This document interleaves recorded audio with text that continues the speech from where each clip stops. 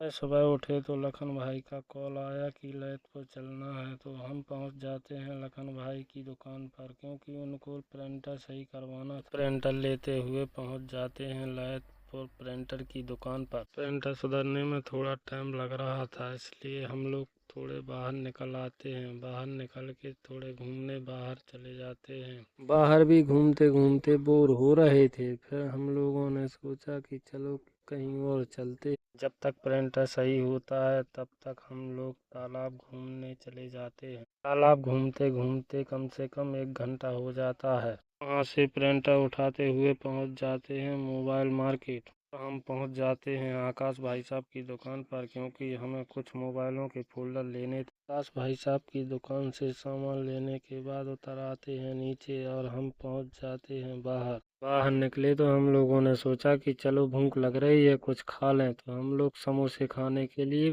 बाहर आ जाते हैं। वहाँ पर ठेला दिखाई नहीं देता है कुछ, और घूमते घूमते हम लोग घंटा घर पहुँच जाते हैं। घंटा घर से नीचे वाली गली से टंकी की तरफ चल देते हैं।